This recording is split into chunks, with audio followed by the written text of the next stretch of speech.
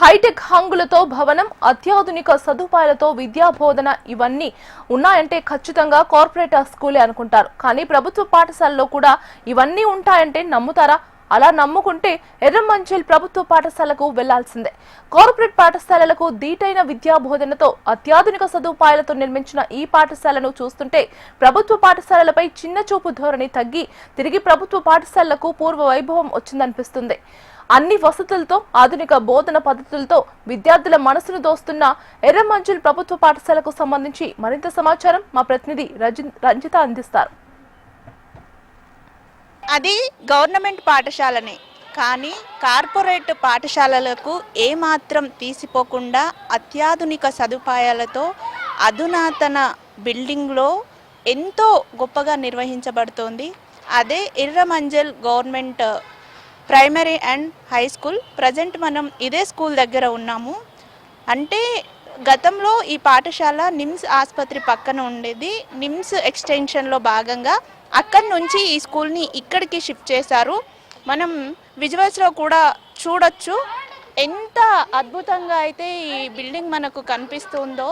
Corporate పాఠశాలలకు ఏమాత్రం తీసుకోకుండా అత్యాధునిక ఇన్ఫ్రాస్ట్రక్చర్తో అయితే ఈ బిల్డింగ్ని నిర్మించారు.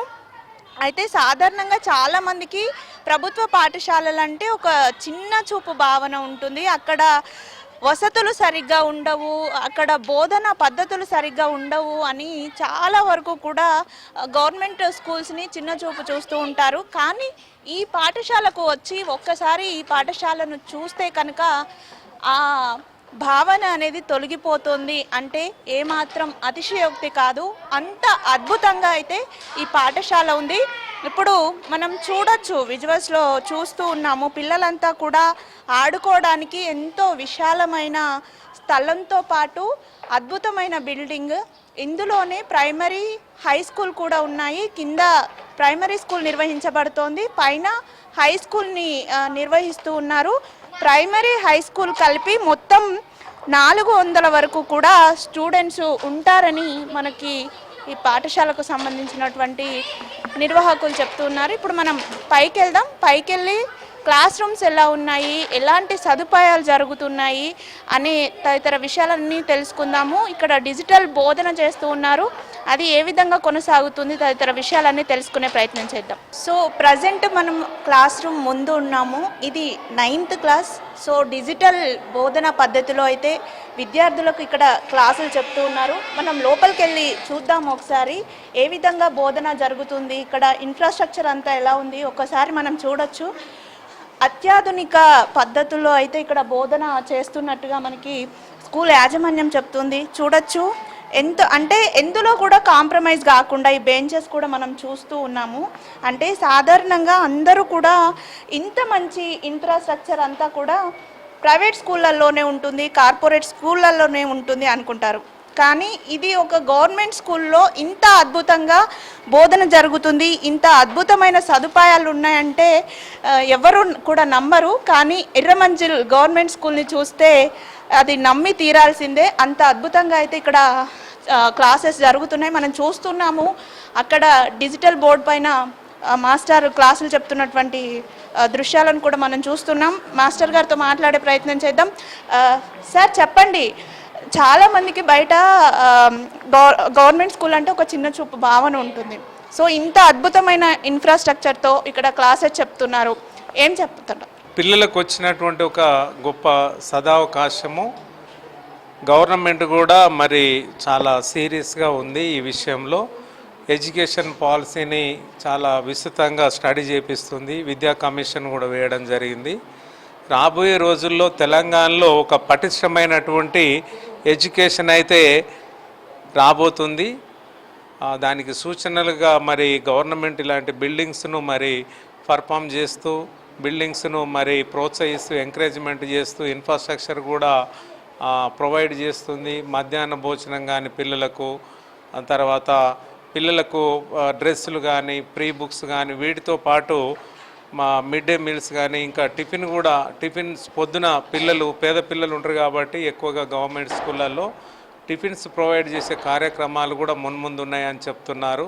స్కూల్ అన్ని ఫెసిలిటీ మంచిగా ఉన్నాయి, క్లాసెస్ మంచిగా ఉన్నాయి, ఇంకా కొంతమంది గవర్నమెంట్ స్కూల్ మంచిగా లేదని కొంతమంది రారు. ఇప్పుడు ఈ స్కూల్ చూసి ఎక్కువ అడ్మిషన్స్ వస్తున్నాయి. ఇంకా అన్ని బాత్రూమ్స్ అన్ని ఫెసిలిటీస్ మంచిగా ఉన్నాయి.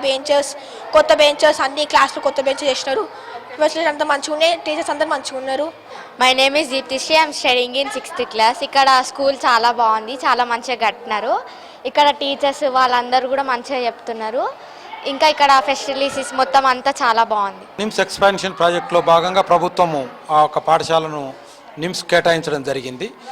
దాంట్లో భాగంగా ఇక్కడ సైట్ సెక్టార్ 4లో నూతన భవనాన్ని నిర్మించి ఇక్కడికి అక్టోబర్ 6th ఇక్కడ మేము నూతన భవనంలోకి రావడం జరిగింది అన్నమాట. ప్రైమరీ హై స్కూల్ 2 ఉన్నాయి. ఇక్కడ మా దగ్గర మంచి సౌకర్యాలతో ఈ యొక్క బిల్డింగ్ నిర్మించడం జరిగింది. కాకపోతే ఏంటంటే అక్కడ కొంచెం మాకు క్రీడా స్థలం కూడా ఉండేది. అయితే ఇక్కడ కొంచెము క్రీడా స్థలము అవైలబిలిటీ అనేది లేదు. దానికి కూడా నిమ్స్ డైరెక్టర్ గారికి మినిస్టర్ గారు చెప్పడం జరిగింది. అదేవిధంగా ఎమ్మెల్యే గారు కూడా చెప్పడం జరిగింది. కాబట్టి అది కూడా త్వరలో మేము లెటర్ పెట్టడం జరిగింది. వాళ్ళు కేటాయించడానికి సుముఖంగా ఉన్నట్టు తెలిసింది.